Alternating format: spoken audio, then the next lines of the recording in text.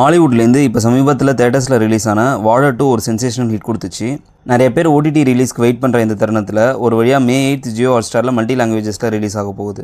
இதோட ப்ரிக்வலான வாழ 1 2024 ரிலீஸ் ஆச்சு. இந்த ஹார்ட் ஹிட்டிங் எமோஷனல் ட்ராமாவை பார்த்து கண்டிப்பாக நிறைய பேர் ஃபீல் பண்ணியிருப்போம். இப்போ வாழ 2 பார்த்தீங்கன்னா சேம் யூனிவர்ஸ் அண்ட் அதே டைம் லைனில் பார்ட் 1ஓட சில கேரக்டர்ஸ் இந்த படத்துலையும் ட்ராவல் பண்ணுறாங்க. ஸோ வாழ 1 ரிலீஸ் ஆகி 2 years ஆனதாலையும் வாழ 2ஓட இம்பாக்ட் இன்னுமே பெட்டராக இருக்கிறதுக்காகவும் வாழ 1ஓட ரீகேப் இந்த பாட்டில் பார்க்க போகிறோம். Hey guys, welcome to cinematics. இந்த மாதிரி மூவி ரீகேப் அண்ட் ரிவ்யூஸ்க்கு நம்ம சேனலை சப்ஸ்கிரைப் பண்ணிவிட்டு அட் த எண்ட் பிடிச்சிருந்த ஒரு லைக் போட்டு விட்டுருங்க. சரி, வாங்க கதைக்குள்ளே போவோம். இந்த உலகத்தில் 3 விதமான குழந்தைங்க இருக்காங்க. மனசுக்கு பிடிச்சதை படித்து வாழ்க்கையில் ஜெயிக்கிறவங்க, அப்பா எதிர்பார்க்குற மாதிரி படித்து அதில் வேலைக்கு போய் ஜெயிக்கிறவங்க, அடுத்து இந்த ரெண்டும் சேராமல் 3ஆவதாக ஒரு கூட்டம் இருக்குது. தான் ஏன் படிக்கிறோன்னு அவங்களுக்கும் தெரியாது, அவங்கள படிக்க வைக்கிற அவங்க அப்பா அம்மாவுக்கும் தெரியாது. அப்படிப்பட்டவங்களோட கதை தான் இந்த வாழ பயோபிக் ஆஃப் பில்லியன் பாய்ஸ். கேரளாவில் ஒரு சின்ன டவுனில் உள்ள ஸ்கூலில் அஜோ அண்ட் விஷ்ணு 2 பேருமே ஃபஸ்ட் ஸ்டாண்டர்ட்லேருந்து சைல்ட்ஹுட் ஃப்ரெண்ட்ஸாக இருக்காங்க. இவங்க 4th படிக்கும்போது தான் மூசான இன்னொரு பையனும் இவங்களோட வந்து சேர்றான். இவங்க 3 பேரும் எந்த அளவுக்கு மோசம்னா, இவங்க கூட படிக்கிற பையனான விஸ்வம்க்கு சாக்லேட்டில் பேதி மாத்திரை கலந்து கொடுக்குற அளவுக்கு அராத்து பசங்க. இவங்க இதோட நிற்கல, அதே 4th டெய்ஸின்ற பொண்ணு பின்னாடி கூட சுற்ற ஆரம்பிச்சிட்டாங்க. அது எந்த அளவுக்கு சீரியஸான லவ்னா, 10th வரைக்கும் கூட லவ்வை சொல்லாமல் அந்த பொண்ணு பின்னாடியே 3 பேரும் சுற்றுறாங்க. டெய்ஸியோட பர்த்டே அப்போ தான் தெரிஞ்சது அந்த பொண்ணு இவங்க 3 பேரையும் விட்டுட்டு இவங்களோட பரம எதிரியான விஸ்வமாக லவ் பண்ணுறான்னு. இதுக்கு மேலேயாச்சும் நம்ம படித்து உருப்புற வழியை பார்க்கணும்னு ரோட்டில் நின்று சத்தியம் பண்ணும்போது தான் ஒரு கார் இவங்க மேலே சேர்த்த வாரி அடிச்சுட்டு போகுது. கலாம்ன்ற இவங்க பேட்ச் பையன் கல்லால் அடிக்க 4 பேருமே பிரின்சிபல் ரூம் போகிறாங்க.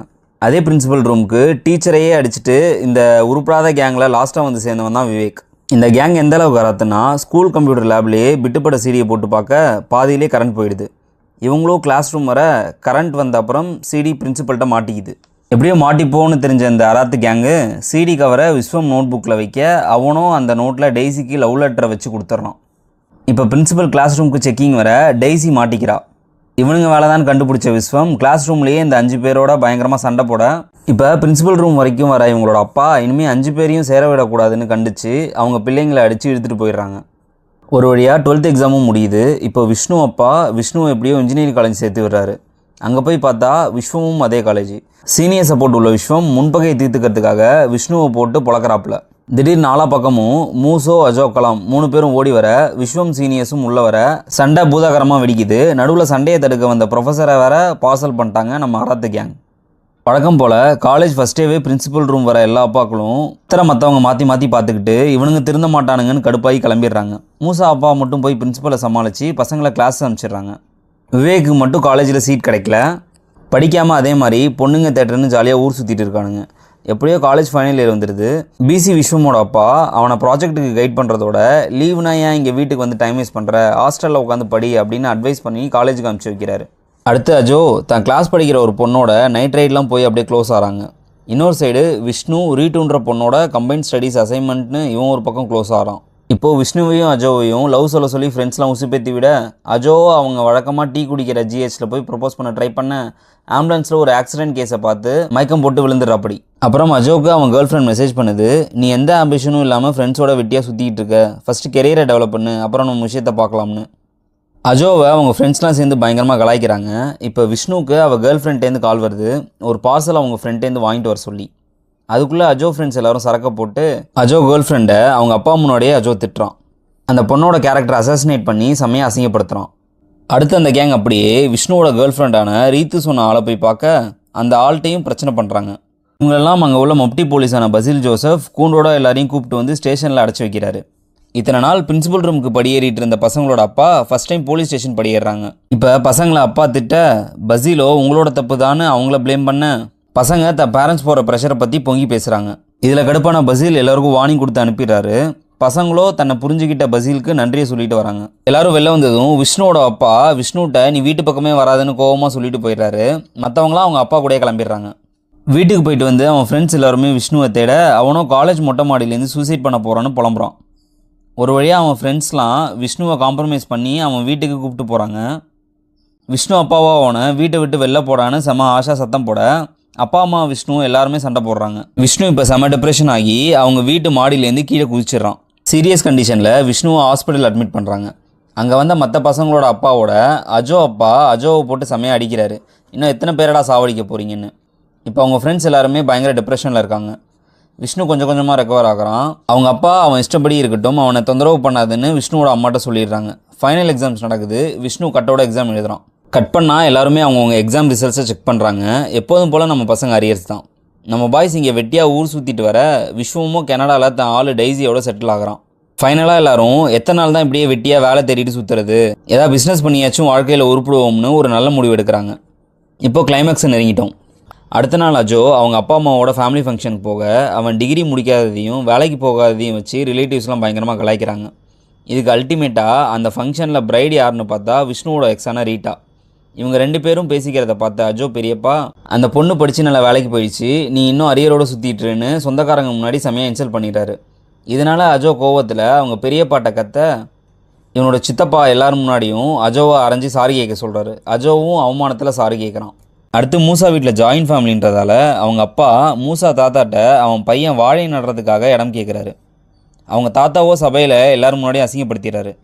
விவேக் அவங்க அப்பாவோட பேங்க் லோன் கேட்க போன இடத்துல மேனேஜரோ டிகிரி இல்லை வேலையும் இல்லை, அட்லீஸ்ட் ப்ராப்பர்ட்டி கோல்டு இருந்தாலாச்சும் சொல்லுங்கள், ட்ரை பண்ணலாம்னு சொல்கிறாரு. விஷ்ணு அவன் எக்ஸ் கேர்ள் ஃப்ரெண்ட் ஒர்க் பண்ணுற கம்பெனிக்கு அவரோட ரெஃபரலில் இன்டர்வியூ அட்டன் பண்ணுறான். அரியர் அண்ட் இன்ஃபீரியாரிட்டி காம்ப்ளெக்ஸ்னால இன்டர்வியூ சரியாக அட்டன் பண்ண முடியல. அந்த பொண்ணு விஷ்ணு அப்பாட்ட பேசிகிட்டு இருக்கும்போதே இந்த மாதிரி உதவாக்கரையெல்லாம் ரெஃபர் பண்ணால் உனக்கு தான் பிரச்சனைன்னு அச்சார் வந்து திட்டிட்டு போகிறாரு. இன்னொரு சைடு விஸ்வம் வீட்டில் அவங்க அப்பா அம்மா முன்னாடி விஸ்வமும் டெய்ஸியும் மியூச்சுவலாக பிரிஞ்சிடலாம்னு முடிவு எடுக்கிறாங்க. விஸ்வம் அவன் குழந்தைய அவங்க அப்பா அம்மாட்ட பார்த்துக்க சொல்ல அவங்களோ எங்களுக்கு வயசாகிடுச்சு, எங்களே ஒரு ஆள் பார்க்கணும்னு சொல்கிறாங்க. கலாம் வீட்டில் அவங்க அம்மாவும் மாமாவும் சேர்ந்து அவனை துபாய் போக சொல்லி ப்ரெஷர் போடுறாங்க. இதனால் கலாமும் ஒத்துக்கிறான். பட் நடுவில் கலாம் அப்பா இன்டர்ஃபியர் ஆகி எங்கள் அப்பா வீட்டை விற்று துபாய் போய் இங்கே ஒரு வீடு கட்டினார், அவர் கட்டின வீடை விற்று நான் துபாய் போய் இந்த வீட்டை கட்டினேன், இப்போ இவன் போகிறதுக்கு இந்த வீட்டை விற்று மறுபடியும் அவன் ஒரு வீடை கட்டுறதுக்கு துபாய் போகணுமா, அதெல்லாம் வேணாம், இங்கேயே நல்ல வேலையாக வாங்கி தரேன்னு அவங்க அப்பா மாமாவை திட்டி அனுப்பிடுறாரு. மூசா அப்பா சபையில் எல்லோரும் முன்னாடியும் வாழைத்தார் எவ்வளோ பவர்ஃபுல்லான பிஸ்னஸ்னும் வாழையோட எல்லா பார்ட்ஸும் மதிப்பு இருக்கிற மாதிரி என் பையனுக்கும் ஒரு மதிப்பு இருக்குது, அது உங்களுக்கு கூடிய சீக்கிரம் புரிய வரும்னு சொல்கிறாரு. அடுத்து ஃபேமிலி ஃபங்க்ஷனில் அடி வாங்கிட்டு சொரணே இல்லாமல் உட்காந்துருக்கான் பாருன்னு அஜோவோட சித்தப்பா அஜோ அசிங்கப்படுத்த அஜோ அப்பா டென்ஷன் ஆகி அஜோ சித்தப்பாவை புலேர்னு ஒன்று கணத்திலே போடுறாரு. அவங்களோட அப்பா அஜாவோட பெரியப்பா சித்தப்பாவில் பட்ட கஷ்டத்தில் நான் ஒரு பங்கு கூட அஜோவால் படலை, என் புள்ள என்ன ஆகணும்னு அவனுக்கு தெரியும், நீங்கள் யாரும் உபதேசிக்க வேணாம்னு கோபமாக சொல்லிட்டு போயிடுறாரு. அடுத்து விஸ்வமோட அப்பா ஒன்றா வாழலாம்னு முடிவெடுத்ததும் அவங்க தான், இப்போ பிரியலாம்னு முடிவெடுத்ததும் அவங்க தான், ஸோ நம்ம கம்பல் பண்ண வேணாம்னு சொல்லிடுறாரு. அது மட்டும் இல்லாமல் சின்ன வயசுலேருந்து விஸ்வம் என்ன படிக்கணும் எங்கே படிக்கணும்னு முடிவெடுத்தது நம்ம. ஹாஸ்டல், பெங்களூர், கனடான்னு அவன் நம்மளை விட்டு தூரமாக இருந்த நாட்கள் தான் அதிகம். அப்புறம் அப்பா அம்மா மேலே பாசமும் அட்டாச்மெண்ட்டும் மட்டும் இங்கேருந்து வரும், ஸோ குழந்தைய நாங்களே பார்த்துக்குறோம் அப்படின்னு சொல்லிடுறாரு. விஷ்ணுவும் அவங்க அப்பாவும் ஆஃபீஸ்லேருந்து வெளில வந்து நீ ஒன்றும் கவலைப்படாதப்பா, உங்கள் தாத்தா சர்வீஸில் இறந்ததால தான் இந்த வேலை எனக்கு வந்துச்சு, ஒரு வேளை நான் இறந்தால் உனக்கு இந்த வேலை கிடைக்கும்னு விஷ்ணு அப்பா சொல்ல விஷ்ணுவோ நான் இப்படியே கஷ்டப்பட்டு ஒரு வேலைக்கு போயிடுறேன்ப்பா, இப்படிலாம் பேசாதீங்கன்னு தைரியம் சொல்கிறான்.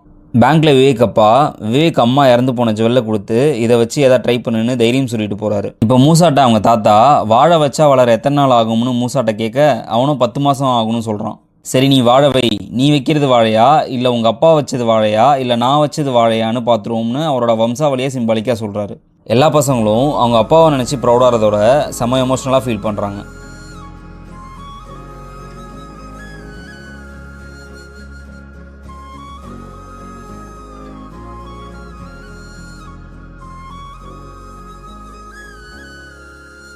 அடுத்து வாழைத்தோப்பில் பசீலோட சின்ன பசங்களுக்கு உங்கள் இஷ்டம் போல் என்ன பிடிக்குதோ அதை ட்ரை பண்ணுங்கன்னு நம்ம அராத்து பாய்ஸ் அட்வைஸ் கொடுத்ததை அந்த பசங்க பசீல்கிட்ட காரில் போயிட்டு இருக்கும்போது சொல்கிறாங்க.